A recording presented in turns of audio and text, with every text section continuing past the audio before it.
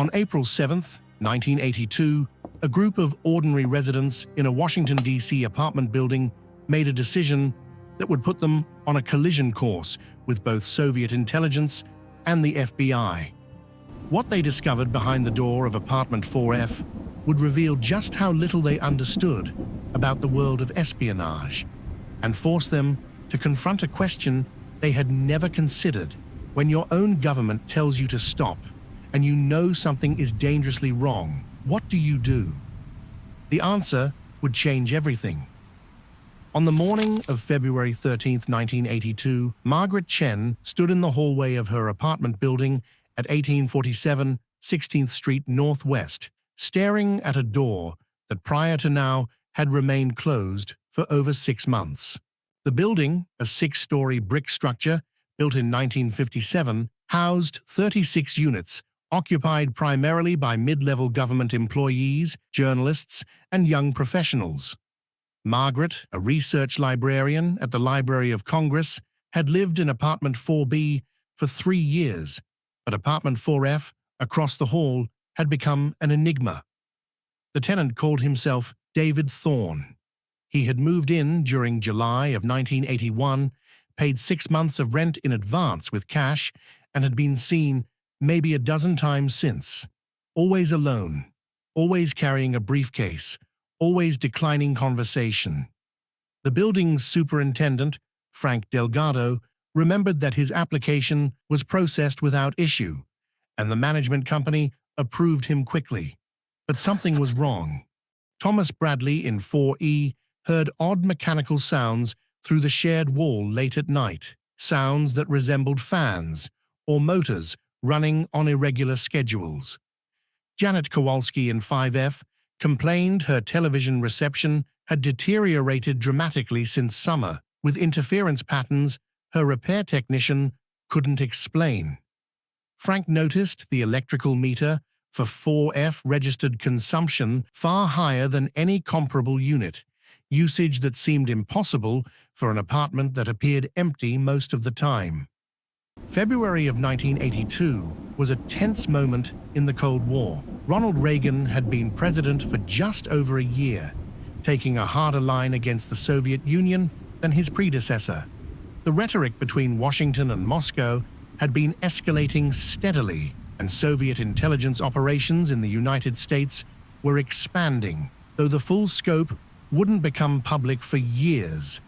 Washington was a target-rich environment. The concentration of government agencies, defense contractors, and media organizations made it invaluable for foreign intelligence services. The FBI's counterintelligence division maintained constant surveillance of known Soviet operatives, but the Soviets had adapted, shifting towards sophisticated technical surveillance and communications intercepts rather than the crude methods of earlier decades. Margaret knew none of this as she stood in the hallway that morning. The door to 4F was slightly ajar, and through the narrow opening, she could see furniture deliberately arranged to block the view inside. More concerning was the smell, heated electronics, and stale air that suggested the apartment had been sealed for weeks. Then she saw something through the gap that made her stop. Heavy-duty industrial power cables, the kind used for electric stoves or welders, were taped to the floor inside the apartment. They ran from what she assumed was the kitchen area all the way toward the bedroom, thick orange cables that had no business in a normal residence. The sight was wrong in a way she couldn't immediately articulate, but it lodged in her mind as she pulled back from the door and continued to her own apartment. By that afternoon, Margaret had gathered a small group in the building's lobby. Thomas and Ellen Bradley, both attorneys, joined her, along with Janet Kowalski and Robert Harrison from 3F, who worked as an analyst at the State Department, and Frank Delgado, the building superintendent. They compared notes, and the picture that emerged was disturbing. Thomas described the sounds more specifically, noting they occurred most frequently between 11 p.m. and 3 a.m., with a rhythmic quality similar to machinery. But there was something else, something that had bothered him for weeks. Occasionally he heard what sounded like furniture being moved, heavy dragging sounds that vibrated through the floor, but these sounds never corresponded with any visible activity in the hallway. It was as if someone were rearranging the apartment in the middle of the night, but no one ever seemed to be there. Janet elaborated on the television interference, explaining it manifested as horizontal bars that worsened during evening hours. Robert, who had been listening quietly, mentioned something that changed everything.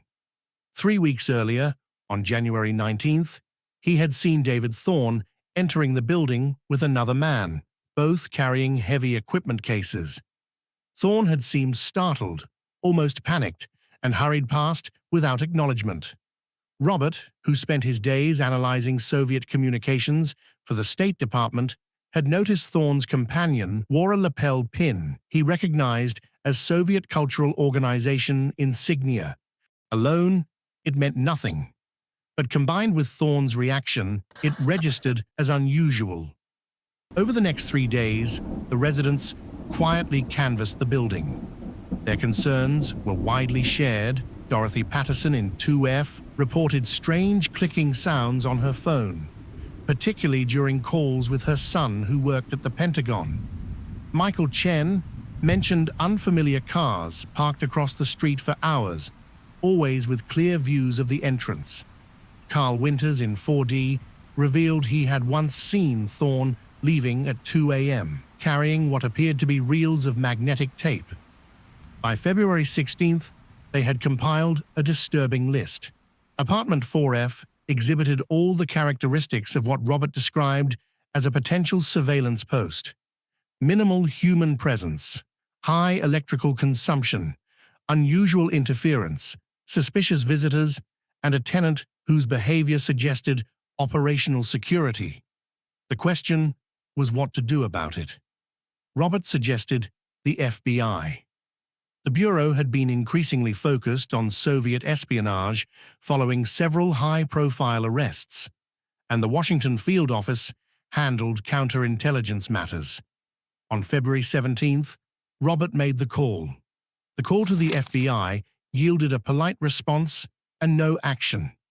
Special Agent Collins listened, asked clarifying questions, and said he would pass the information for review. Someone would be in contact if investigation was warranted. No promise of action, no sense of urgency. The group met again, frustrated but understanding that the FBI received numerous tips and had to prioritize carefully. They decided to continue monitoring while waiting for a response. On February 21st, Janet encountered a man in the hallway who identified himself as Thorne's brother, visiting from Toronto. He was polite and friendly in a way Thorne never had been, but Janet noticed his key ring contained at least a dozen keys, far more than needed for a single apartment visit. When he opened the door to 4F, she caught a brief glimpse inside before he quickly closed it. What she saw contradicted everything about it being a normal residence. Electronic equipment racks, similar to what might be found in a radio station, with multiple devices displaying glowing dials. Cables across the floor, some kind of antenna configuration against the far wall, and what looked like reel-to-reel tape recorders. The glimpse lasted maybe 2 seconds, but it confirmed 4F was not being used as an apartment. Frank Delgado examined the building's records. The rental agreement listed Thorne's employer as Dalton Trading Company in Ottawa. Frank called the number. It was disconnected. The references included a landlord in Toronto and an employer in Montreal. The Toronto number rang endlessly, never answered. The Montreal number connected to a business that had never heard of David Thorne or the company he supposedly represented. Robert called the FBI again with additional details. He was told the report was being reviewed and the FBI would respond if investigation was necessary. Still no commitment, no timeline. The bureaucratic response reflected broader problems within U.S. intelligence and law enforcement during this period. Congressional investigations in the 1970s had exposed numerous abuses, and resulting reforms imposed stricter oversight and higher standards for initiating investigations. These changes were necessary, but created situations where credible tips sometimes fell through bureaucratic cracks or were delayed by requirements for multiple levels of approval.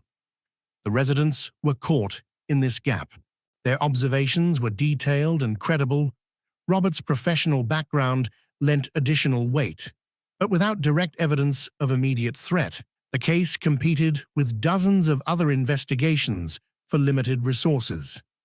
Frustrated by official inaction, the residents made a decision that would lead them into dangerous territory. They would conduct their own investigation, gathering enough evidence to force law enforcement to act. The amateur investigation began on February 22nd with a planning meeting in Thomas and Ellen Bradley's apartment. The core team decided to systematically observe and document everything about 4F, creating a record that could be presented to law enforcement as sufficient evidence. Carl Winters, a freelance photographer, set up camera equipment in his apartment window with a clear view of the building's entrance. Margaret Chen and Janet Kowalski organized a schedule where residents monitored the fourth-floor hallway.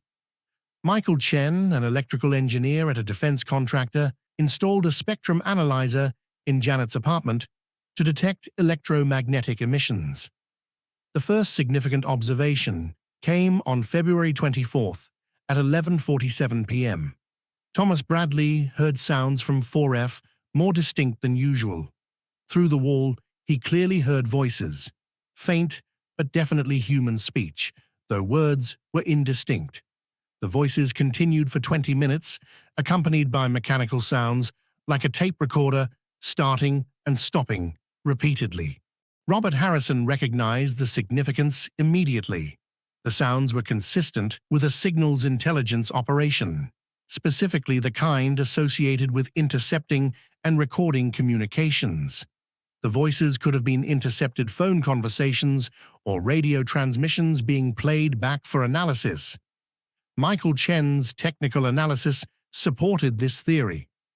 The electromagnetic emissions showed patterns consistent with multiple devices operating simultaneously: radio receivers, tape recording equipment, and signal processing devices. Most significantly, Michael detected emissions matching frequencies used by U.S. government communications systems. He identified equipment operating in the 148, 174 MHz federal bands, frequencies reserved for government use that civilian receivers weren't supposed to access. The signal patterns suggested panoramic receivers capable of scanning entire frequency ranges simultaneously, equipment far beyond what any amateur radio enthusiast would possess. By March 28th, they had compiled substantial evidence. 47 separate observations of unusual activity, carefully time-stamped. Photographs of 3 different individuals entering the apartment, none matching Thorne's description. Technical analysis showing equipment capable of intercepting government communications. Electricity consumption patterns that spiked when government facilities worked extended hours, suggesting targeted surveillance. Most damning was evidence that Frank secured by briefly intercepting the apartment's March telephone bill from the lobby mailbox before returning it. The itemized statement listed regular long-distance calls to a number in New York that Robert identified as belonging to the Soviet mission to the United Nations. The calls occurred roughly every 3 days in the evening, suggesting a regular reporting schedule. Robert made another FBI call on March 29th, requesting an in-person meeting rather than filing another phone report.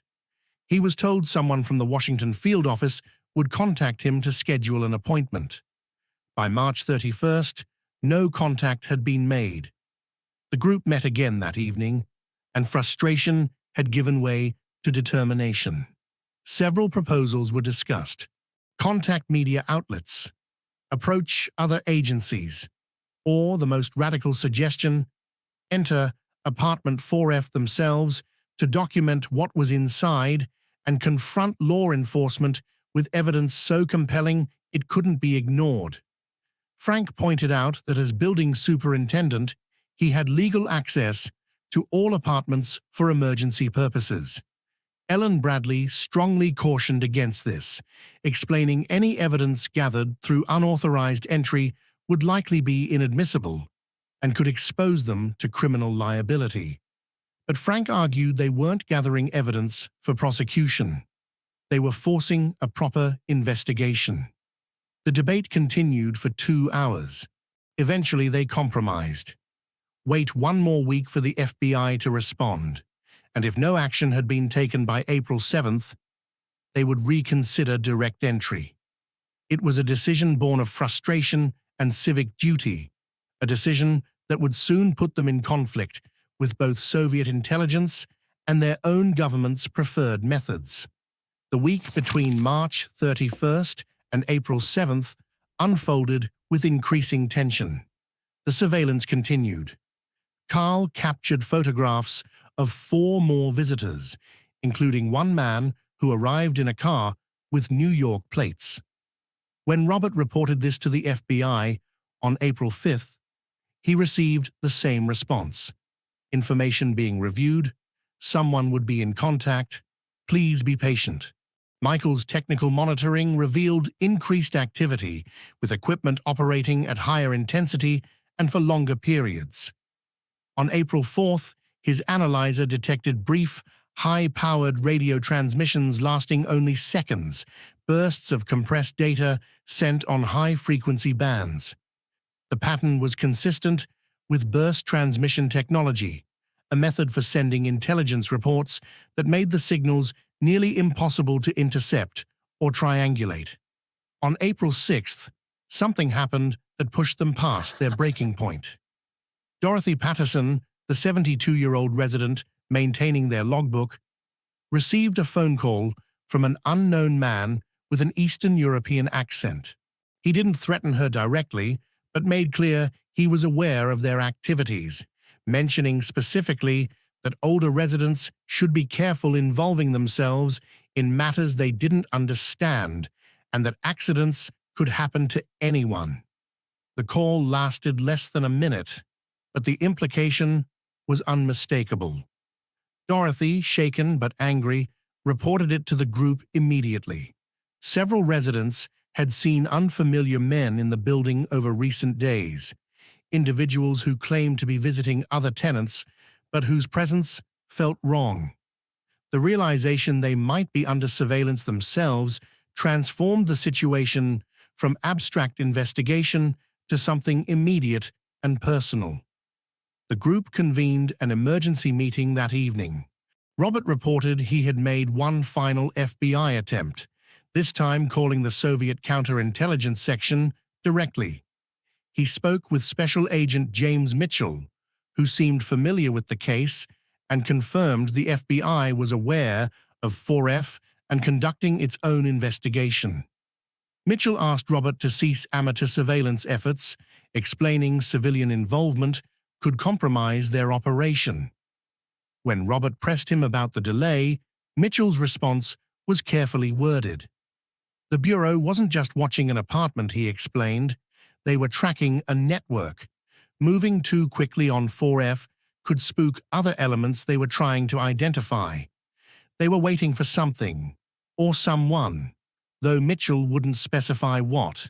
This should have been reassuring, but instead raised more questions. If the FBI was investigating, why hadn't they informed the residents? Why had they allowed it to continue for so long? And if they knew about 4F, did they know about the group's surveillance? And was that why someone had threatened Dorothy? The discussion went in circles for an hour. Some argued they should cease all activity and trust the FBI. Others insisted they had gone too far to back down. The threat to Dorothy could constitute witness intimidation, which was itself a federal crime. Margaret Chen finally articulated what many were thinking. They had reached a point where continuing passive surveillance was both dangerous and pointless. The FBI supposedly knew and was handling it, but the operation continued. Residents were being threatened, and no visible action was being taken. A vote was taken. Of the 14 residents actively involved, the vote was close. 8 supported direct and immediate action. The plan was set for the following evening, April 7th. The teams were organized quickly. Frank Delgado would use his master key to access the apartment, accompanied by Michael Chen and Carl Winters. Michael would document the technical equipment, Carl would photograph everything systematically, and Frank would provide legal justification as a building emergency. Robert Harrison, Thomas Bradley, and Janet Kowalski would act as lookouts. Margaret Chen and Ellen Bradley would remain in Margaret's apartment with a telephone, ready to call police if needed. April 7th, 1982, was a Wednesday, chosen because surveillance had established 4F showed minimal activity on weekday evenings. The plan was to enter at 7 p.m., early enough for natural light, but late enough that most residents would be home from work. The day unfolded with mounting anxiety. At 2:30 p.m., Janet Kowalski called Margaret Chen with urgent news. She had been monitoring from her apartment when she saw a black sedan with New York plates pull up across the street. 2 men sat inside for nearly 40 minutes, their attention fixed on the building's entrance. One appeared to be taking photographs. The car left at 3:15 p.m. At 4 p.m., Thomas Bradley reported hearing activity in apartment 4F for the first time in days. Sounds of movement, footsteps, what might have been furniture being shifted. The timing was unsettling. Had the operation been compromised? Did the Soviets know what the residents were planning? Was someone present in the apartment? Robert Harrison called an emergency meeting. The group faced a critical decision: proceed as planned or abort, given the signs they might be under active surveillance. The debate was heated. Ellen Bradley argued forcefully that the increased activity was a clear warning they should heed, that pushing forward now was reckless. Carl Winters countered that the activity might mean the opposite, that the operators were preparing to shut down the facility and disappear, making this their last chance to gather evidence. At 5:47 p.m., the debate was interrupted by a knock on Robert's door. Everyone froze. Robert approached cautiously and looked through the peephole. It was Frank Delgado, and he looked shaken. He had just encountered a man in the building's basement, near the electrical room, a man who had no reason to be there, and who claimed to be from the power company despite arriving in an unmarked car and carrying no identification or tools. When Frank pressed him, the man had left quickly without completing any supposed inspection. The coincidences were piling up too fast. Surveillance across the street, activity in 4F after days of silence, and now a mysterious visitor in the basement. Margaret voiced what several others were thinking.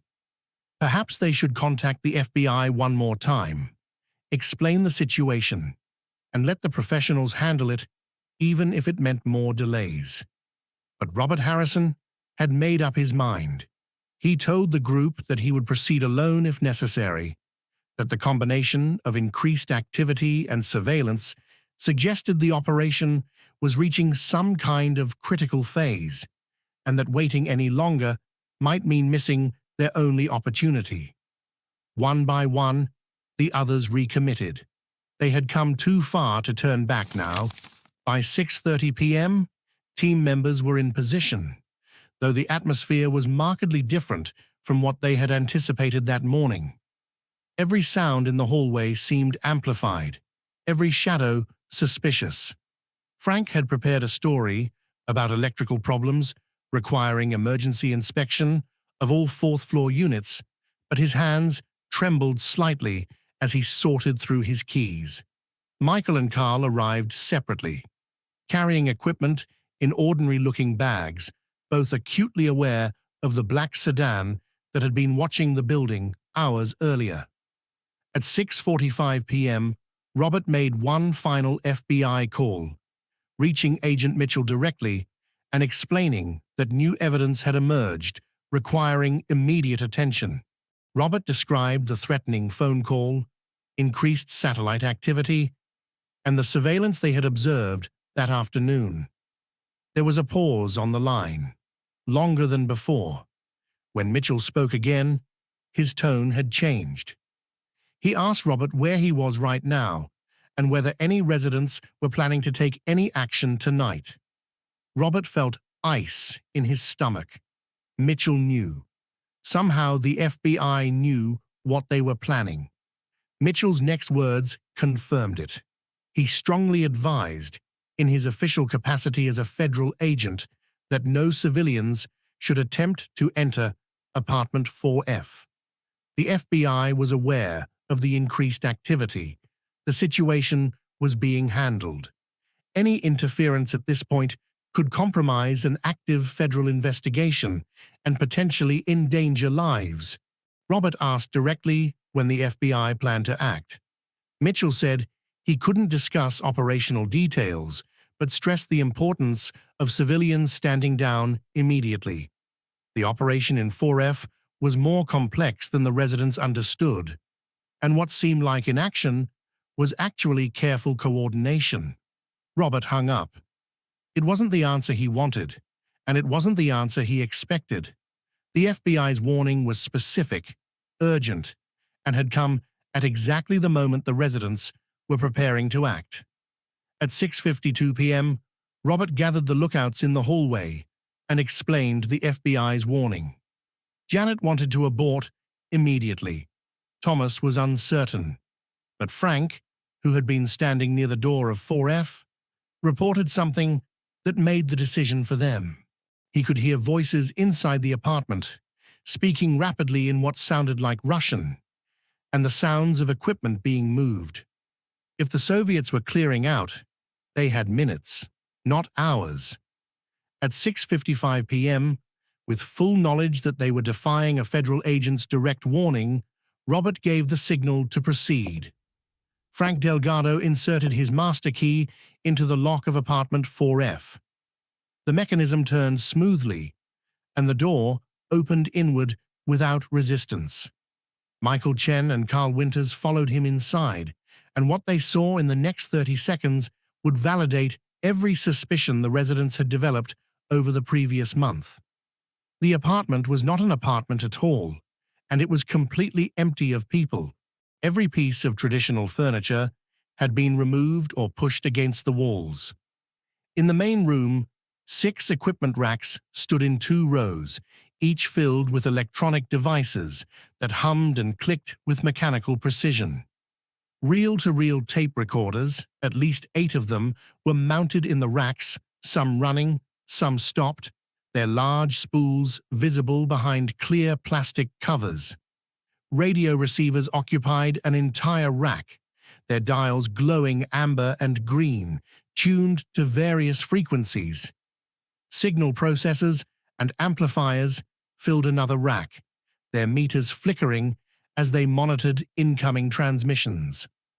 On the floor near the equipment racks sat a cassette player connected to large subwoofers and transducers, devices designed to vibrate sound through solid surfaces.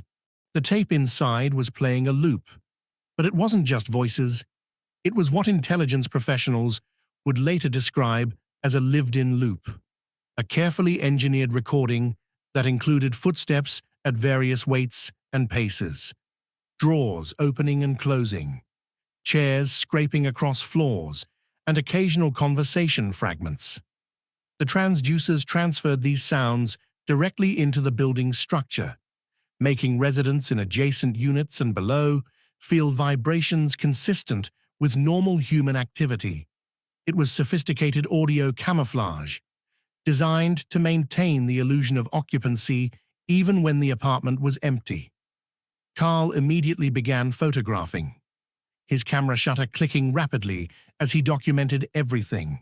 The flash illuminated cables running across the floor in organized bundles, each labeled with tags bearing Cyrillic characters. The heavy-duty power cables Margaret had glimpsed through the door ran from the kitchen's 220-volt stove outlet all the way to the bedroom, providing the high-voltage power needed for transmission equipment. Michael moved to the equipment racks, noting configurations and frequency ranges. He identified a modified P250M Rusalka panoramic receiver, a sophisticated Soviet-manufactured device capable of scanning entire frequency bands simultaneously, and one of the workhorses of Soviet signals, intelligence operations. Against the far wall, a large antenna array had been constructed, its elements extending from floor to ceiling. But it wasn't a traditional antenna configuration. Thin wire antennas had been strung in a zigzag pattern across the ceiling and hidden within the curtains near the windows, virtually invisible unless someone knew what to look for. The wires were connected to multiple receivers through a complex switching system that allowed rapid retuning across different frequency bands. Next to it, a desk held what appeared to be analysis equipment, oscilloscopes, signal strength meters, and frequency counters, all arranged in a configuration that suggested professional intelligence work rather than amateur radio operation. But the most significant discovery was in the bedroom, which had been converted into what intelligence professionals would recognize as a documentation and transmission center. A typewriter sat on a desk surrounded by neat stacks of paper, many covered with handwritten notes in what appeared to be Russian.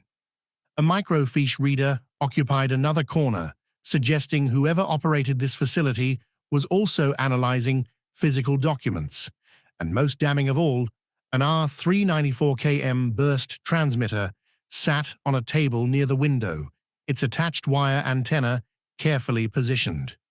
This device, known in Soviet intelligence circles as Strij or Swift, was designed to record messages, compress them into millisecond bursts of data, and transmit them on high-frequency bands in pulses so brief they were nearly impossible to intercept or triangulate.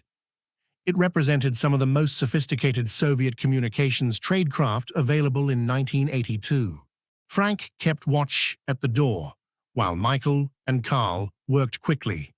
They had agreed on a maximum of 10 minutes inside the apartment, enough time to document everything, but not so long they risked being discovered.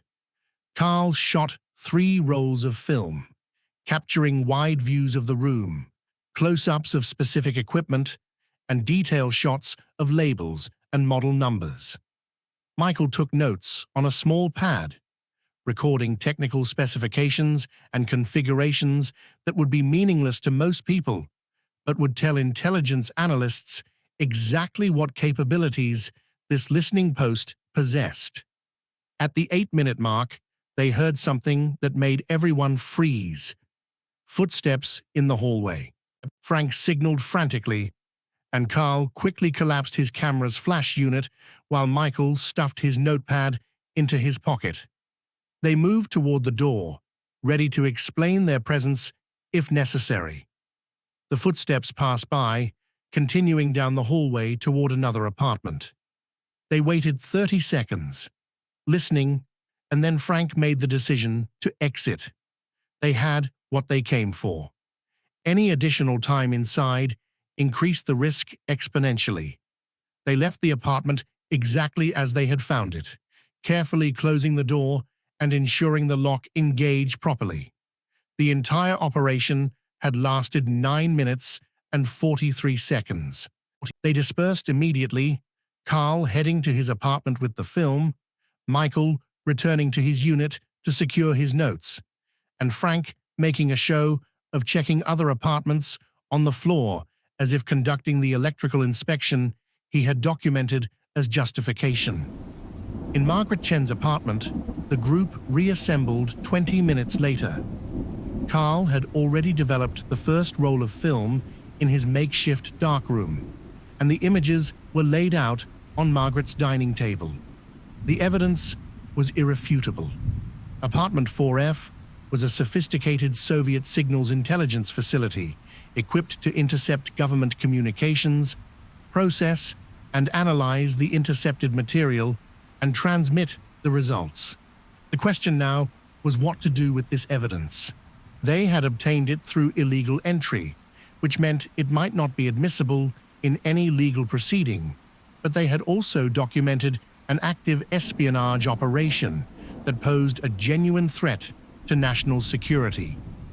The group debated for another hour, with various proposals discussed and rejected. Finally, Robert Harrison made a decision. He would take the photographs and technical notes directly to FBI headquarters the next morning, bypassing the Washington field office that had been slow to respond. He would demand a meeting with someone in the counterintelligence division's senior leadership and would not leave until he had presented the evidence and received assurances that immediate action would be taken. If the FBI arrested him for illegal entry, so be it, but at least the espionage operation would be shut down. The meeting broke up just before 10:30 p.m., with everyone agreeing to maintain silence about what they had done until Robert reported back on the FBI's response. They had crossed a line, taken action that could have serious legal consequences, but they had also fulfilled what they saw as their duty as citizens to protect national security when official channels had failed to act with appropriate urgency. None of them slept well that night. Robert Harrison arrived at FBI headquarters on Pennsylvania Avenue at 8:30 a.m. on April 8th, carrying a folder containing Carl Winter's photographs and Michael Chen's technical documentation. He requested a meeting with the Soviet counterintelligence section and refused to leave until someone would see him. What happened next was not what he expected. Within 15 minutes, he was escorted not to a conference room, but to a secure office on an upper floor. 2 special agents were waiting, and their demeanor was not welcoming. They examined the photographs with expressions that shifted from skepticism to alarm, then immediately began asking Robert detailed questions about how he had obtained them, who else had been involved, and what the residents had touched or disturbed inside the apartment. The questions became increasingly pointed, and Robert realized, with growing unease, that he wasn't being treated as a helpful citizen, but as a potential security risk. He was moved to another room, this one without windows or a clock, and the questioning continued. Different agents rotated through, asking the same questions in different ways, probing for inconsistencies in his story. They wanted to know about his background, his security clearances at the State Department, his contacts with foreign nationals, even his financial situation. It slowly dawned on Robert that the FBI was determining whether he might be a double agent, whether the photographs and information could be disinformation planted to disrupt a genuine investigation or to protect other Soviet operations by sacrificing this one. Hours passed. Robert had no way to know how long he had been there, though he estimated it was mid-afternoon based on his hunger. Finally, Special Agent Mitchell entered the room, and his expression was grave. He explained that the FBI was launching an immediate operation on apartment 4F, that everything Robert had reported was being taken seriously, but that Robert and the other residents had potentially compromised an investigation that had been ongoing for months. The Bureau hadn't been ignoring the situation. They had been carefully documenting the network, identifying other nodes, and waiting for a planned meeting between the 4F operators and their handler. That meeting would now never happen because the Soviets would realize their facility had been exposed. Mitchell made clear that Robert would remain in FBI custody until the raid was complete and the situation was secured. It wasn't an arrest, but it wasn't optional. Robert sat in that windowless room for what felt like an eternity, alternating between pride that they had taken action and dread that they had made everything worse. It was 5:47 p.m. when Mitchell returned and told Robert he could leave. The raid on 1847 16th Street Northwest had been completed. The equipment was being transported to FBI laboratories. The building's residents were being allowed to return to their homes.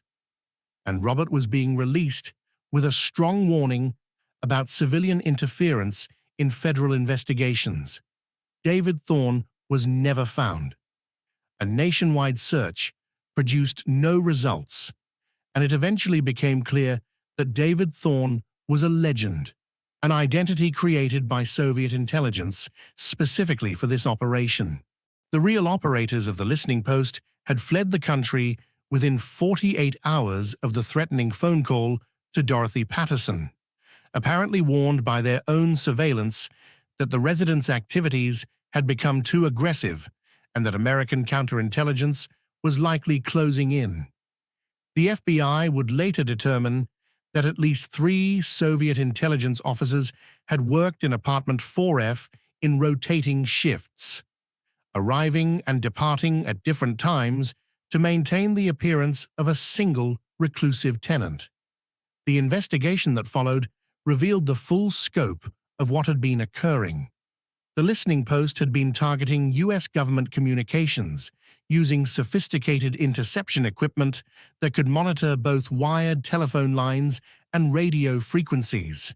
The operation had been particularly effective at intercepting communications from mid-level officials who handled classified information but didn't always follow proper security protocols when discussing work matters from home or on unsecured lines. The residents who had conducted the unauthorized entry were interviewed extensively by the FBI over the following days. The Bureau was displeased with their actions, making clear that civilian interference in counterintelligence operations was dangerous and illegal, but ultimately no charges were filed. The evidence they had gathered was not used in any legal proceedings, but their persistence had forced the situation to a conclusion. Albeit one that came at a cost, the residents hadn't understood. The experience had left them with mixed feelings. They had been vindicated in their suspicions, and their actions had ultimately led to the shutdown of a significant Soviet intelligence operation. But they had also learned the hard way that espionage was more complicated than it appeared from the outside. The FBI's slow response had not been bureaucratic incompetence, but rather a calculated approach to counterintelligence that they, as civilians, had not understood. Margaret Chen moved out of 1847 16th Street NW 6 months later, finding the building held too many uncomfortable memories. The other residents gradually dispersed as well, and by 1985, none of the original group remained. Apartment 4F was eventually rented without incident to a succession of ordinary residents who never suspected what their home had once been. The Cold War was fought in the shadows by professionals trained in the art of deception, but it was also fought, sometimes unwittingly, by ordinary people who found themselves caught between competing versions of duty. The residents of 1847 16th Street NW were not intelligence officers or counter-espionage experts. They were librarians and attorneys, engineers and editors, people who paid their rent and went to work and happened to notice that something in their building was wrong. They took a risk and broke the law in service of what they believed was a higher duty.